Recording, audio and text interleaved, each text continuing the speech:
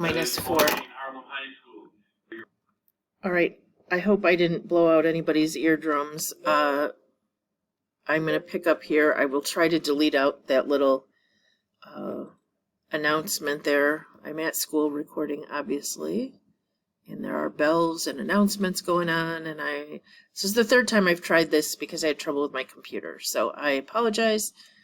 The three factors we came up with are x minus 4, x minus 2, and x plus 1. And then it wanted the zeros. So the zeros of those would be at 4, 2, and negative 1. All right. Did we answer all their questions? I think so. This is a lead-in to the remainder theorem. Okay. So we're going to real quick divide by x plus 4. So we're going to put a negative 4.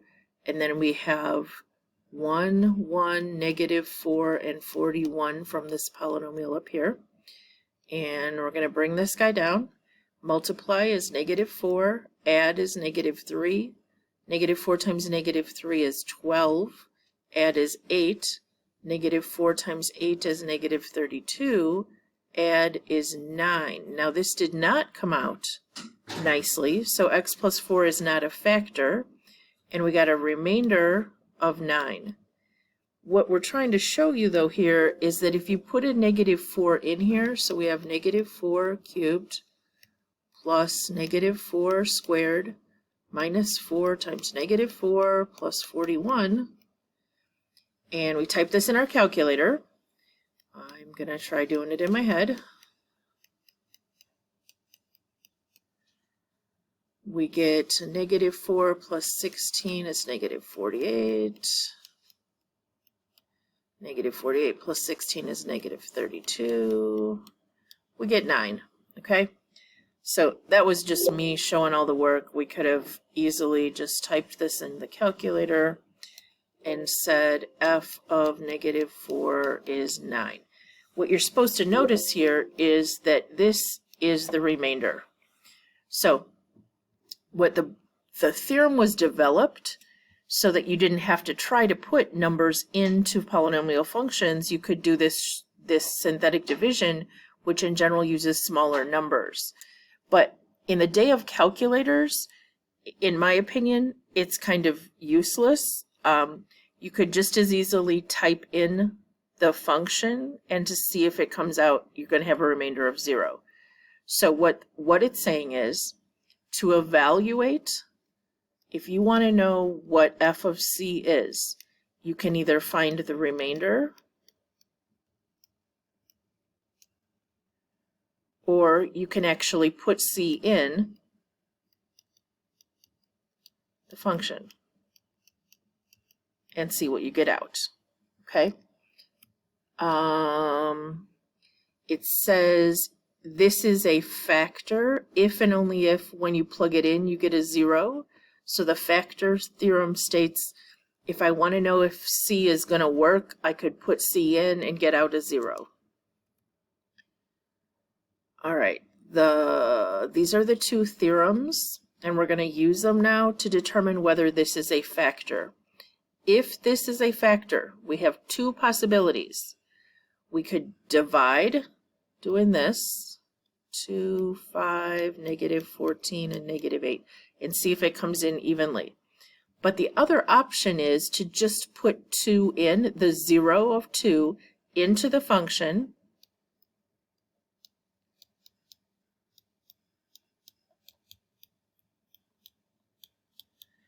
type that all in our calculator, and see if it's going to come out 0. If this is 0, then x minus 2 is going to be a factor. So if you're a calculator fan, you just type it in and see. This is 8 times 2 is 16, 4 times 5 is 20, 16 plus 20 is 36, minus 28 minus 8 is 0, so this does come out 0. So if we had done it this way, this is just the other option, we would get a 0 as the remainder. So is this a factor? Is or is not a factor? Yes, it is a factor, because when we put the 2 in, it came out 0. So what we're trying to get you to see is that if you are trying to figure out if this is a factor, you can go ahead and divide, or you could just put the 0, which is 2, into the function and see if you get out a 0 on your calculator. So this was problem number 5, and we did it up above, and I'm going to go back and show you, but the question is if we put a 1 in to the original function, so this was our f of x, if we put a 1 in there, we get 1 to the 4th minus 3 times 1 squared plus 12 would just be 1 minus 3 plus 12 would be 10. Okay, so if we go back to problem number 5, here we go. Problem number 5 right here, we had the remainder was 10. So this is another way to check that we did it right. This was 10, and when we divided, wow, when we divided, we had a remainder of 10. So this is a double check that you did it right. All right, so we're supposed to use synthetic substitution to decide if this is a factor, which means we can either put the 4 in, or we can do f of 4 and see if we get a 0, or we can do the division, which would be 4 into this, which is 2, negative 3, negative 6, and 2. It says using synthetic substitution, which I believe means you're supposed to do it this way. I don't really care which way you do it. You just have to tell me yes or no. Is this a 0? So 4 times 2 is 8, 20, 4 times 5 is 20, add is 14. 4 times 14 would be 56. I got 58, so no, it's not. If we had put it in,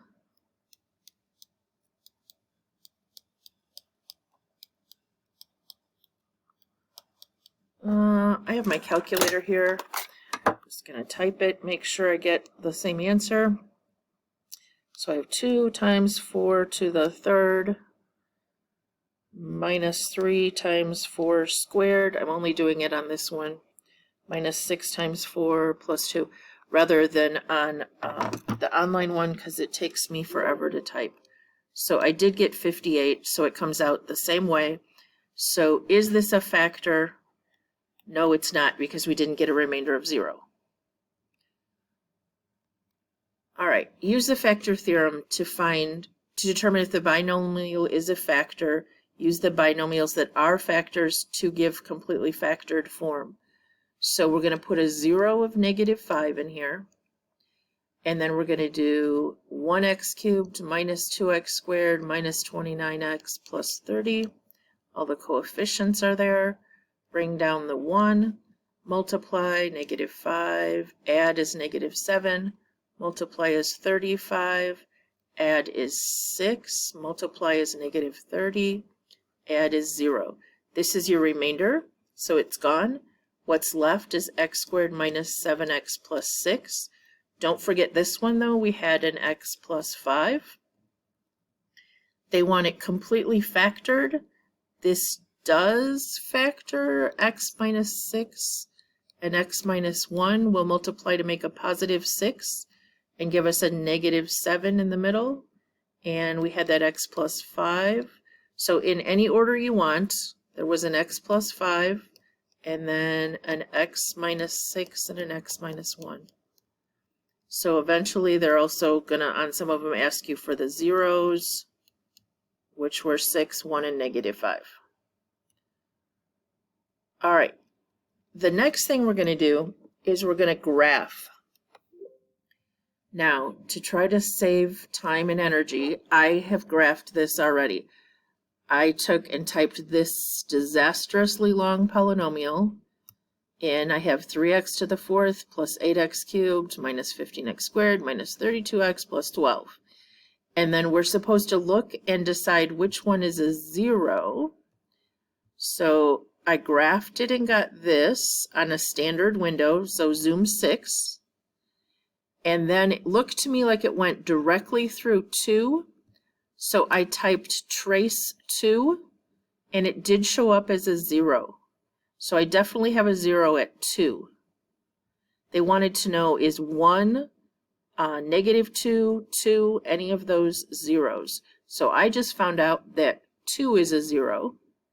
Now, because this is degree 4, dividing by 1 0 is going to give us a degree 3, which we probably still can't factor. So I checked -2 was also a 0. Okay.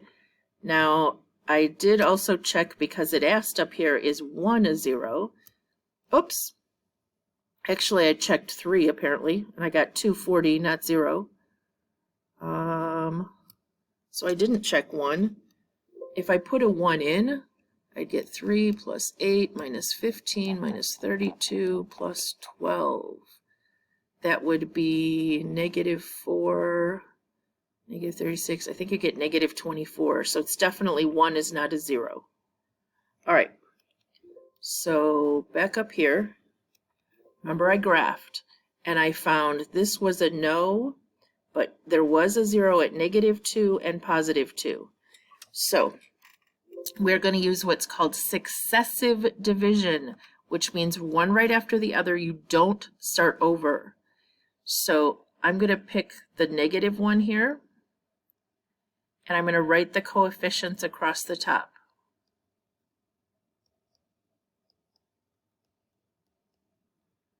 And then, sorry, I didn't write those very well.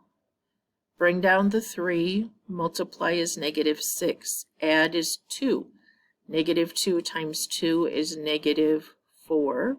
Add to -15 is -19. -2 times -19 is +38. That was a -32 right there that I didn't write well.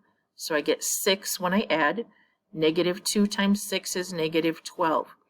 And it should come out 0. If you are doing this and it doesn't come out 0, you need to figure out where you're going wrong. You can ask me, send me a picture, ask on a Google Meet, whatever you need to do, but we got to figure out what's happening. If you've graphed it and it was a 0, then you need to have a remainder 0 here. Now, successive means I keep going with my 2 and I divide it into this remaining polynomial right here. So I go 2 now, and I bring down the 3. 2 times 3 is 6. 2 plus 6 is 8. 2 times 8 is 16. Add, and I get -3. 2 times -3 is -6. Add, and I get 0. What you just showed is called successive division, and that both of these are zeros. So you now have a 0 at -2 and a 0 at +2. And you have factors of x plus 2 and x minus 2. This, though, is 3x squared plus 8x minus 3. I know it has 2 more real zeros because I saw it crossing the x-axis 2 more times. That means that this factors, and it actually factors, I believe, 3x and 1x, and I'm going to need this 3 to multiply by this 3 and give us a +9x, and then minus 1x in here would give us the 8 in the middle. Okay, so we did find out that there were also zeros here at -3, which I think I graphed, but the other one turns out at 1/3.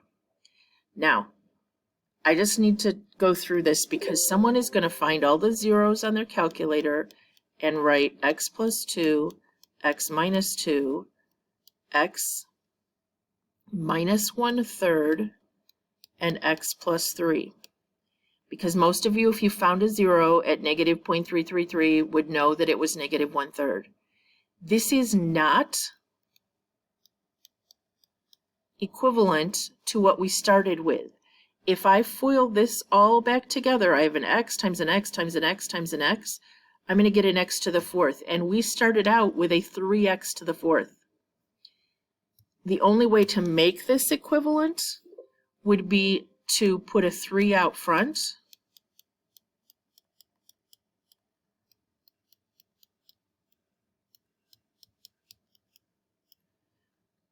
so that when you multiplied it back here, you did get this 3x minus 1 factor, or to have figured out that x minus 1/3 could be written as 3x minus 1 to give you a 0 there.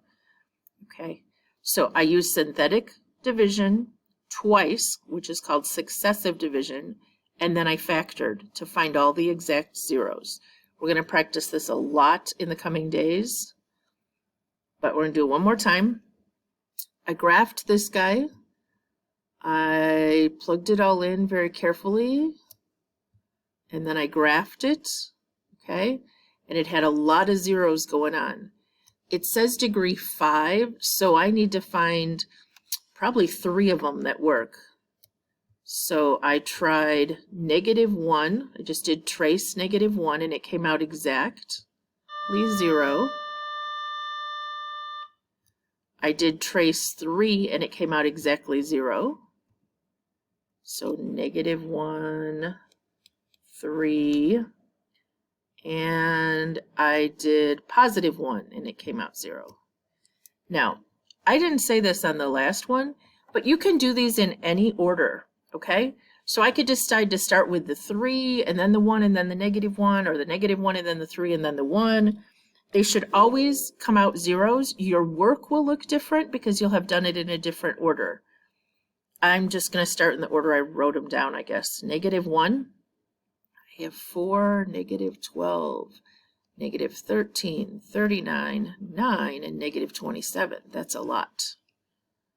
Okay, very carefully.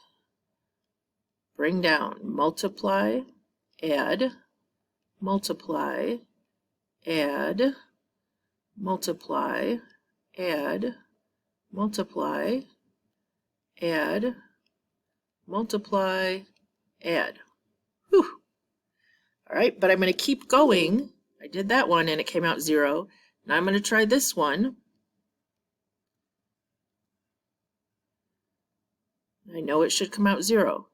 Bring down, multiply, add, multiply, add, multiply, add, multiply, add. Okay? I know I'm going fast and you guys would be much slower probably. Just do it on your calculator every step of the way if you need to, so that you know you're not making a mistake. If it's coming out 0, it's most likely you're multiplying or adding wrong.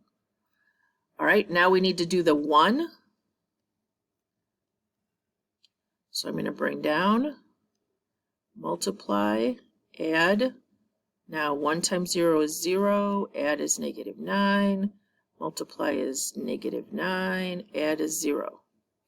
All right, so what I am left with is a linear or a constant term of -9, 0 x's, but 4x squared.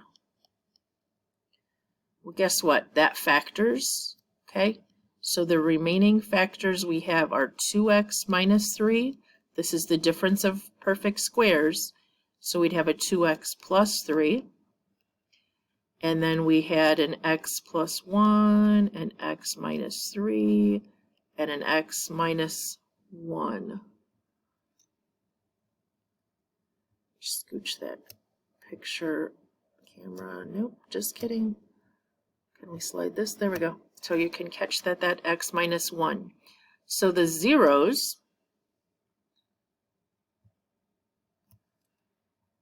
are at 3/2, -3/2, -1, 3, and 1 in any order. Okay? Now, you could have found the zeros on the calculator, but it's going to give decimal answers. Okay? And again, you can't write this x minus 1.5, x plus 1.5, x plus 1, x minus 1, and x minus 3. I didn't do them in the same order, sorry. And then, unless you remember that there's a 4 out front, and you would have to move that 4, oops, what did I just do? You'd have to move that 4 and include it here, and then this would be factored form. All right, I think that's the last one. here's an overview of what we did. Okay, if the remainder is 0, then it is a factor. If you plug it in, it's also an x-intercept then, and it is a solution to x equals 0. All right, so do the practice on 2.3.